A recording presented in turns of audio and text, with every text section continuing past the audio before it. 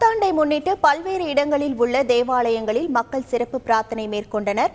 நெல்லை பாளையங்கோட்டையில் உள்ள பேராலயங்களில் புத்தாண்டு சிறப்பு பிரார்த்தனை நடைபெற்றது. தூய சவேரியார் பேராலயம், கத்தீர்ஸ் பேராலயம் உள்ளிட்ட அனைத்து பேராலயங்களிலும் நடைபெற்ற சிறப்பு திருப்பலியில் ஏராளமானோர் கலந்து கொண்டனர். சிவகங்கை மாவட்டம் காரைக்குடி தூய சகாய அன்னை ஆலயத்தில் சிறப்பு நள்ளிரவு திருப்பலி நடைபெற்றது. பங்குத்தந்தை அருள்முனைவர் சார்லஸ் அடிகளார் தலைமையில் நடைபெற்ற திருப்பலியில் ஏராளமானோர் கலந்து கொண்டு பிரார்த்தனை செய்தனர். இதேபோல் திருப்பூர் குமரன் சாலையில் உள்ள தேவாலயத்தில் சிறப்பு திருப்பலி நடைபெற்றது. இதில் ஏராளமானோர் கலந்து கொண்டு வாழ்த்துக்களை தெரிவித்துக் கொண்டனர். வேலூர் மாவட்டத்தில் உள்ள அனைத்து தேவாலயங்களிலும் நள்ளிரவு சிறப்பு கூட்டு பிரார்த்தனை நடைபெற்றது. இதில் பலரும் கலந்து கொண்டு வழிபாடு நடத்தினர். தஞ்சை திருக்காட்டுப்பள்ளி பூண்டி மாதா பேராலயத்தில் புத்தாண்டு சிறப்பு திருப்பலி நடைபெற்றது. இதில் ஏராளமானோர் கலந்து கொண்டனர். திருச்சி மேலப்புதூர் தூய மரியன்னை பேராலயத்தில் நடைபெற்ற திருப்பலியில் கலந்து கொண்ட பொதுமக்கள் பிரார்த்தனைக்கு பின் ஒருவருக்கொருவர் தங்கள் வாழ்த்துக்களை தெரிவித்துக் கொண்டனர்.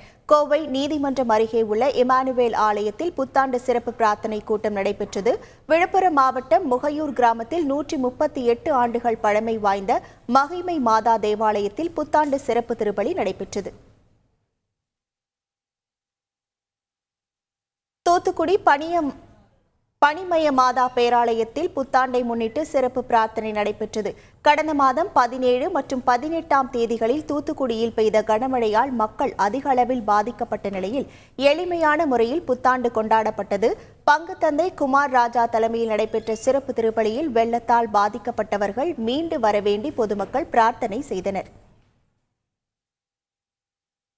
சிங்கப்பூரில் வேலை பார்க்கும் தமிழகத்தை சேர்ந்த இளைஞர்கள் புத்தாண்டை ஆட்டம் பாட்டத்துடன் கொண்டாடிய வீடியோ வெளியாகியுள்ளது. திருப்பத்தூர் மாவட்டம் நாற்றம்பள்ளி மற்றும் அதன் சுற்றுவட்டார பகுதிகளிலிருந்து சுமார் 20க்கும் மேற்பட்ட இளைஞர்கள் கடந்த ஜூன் மாதம் சிங்கப்பூருக்கு சென்று பணியாற்றி வருகின்றனர். இந்த நிலையில் அங்கு அவர்கள் ஆட்டம் பாட்டத்துடன் புத்தாண்டை வரவேற்றனர். தனது குடும்பங்களை விட்டு வெளிநாட்டில் சென்று இருந்தாலும் கவலைகளை மறந்து ஆட்டம் ஆடி புத்தாண்டு கொண்டாடியது புதுவிதமாக இருப்பதாக இளைஞர்கள் தெரிவித்தனர்.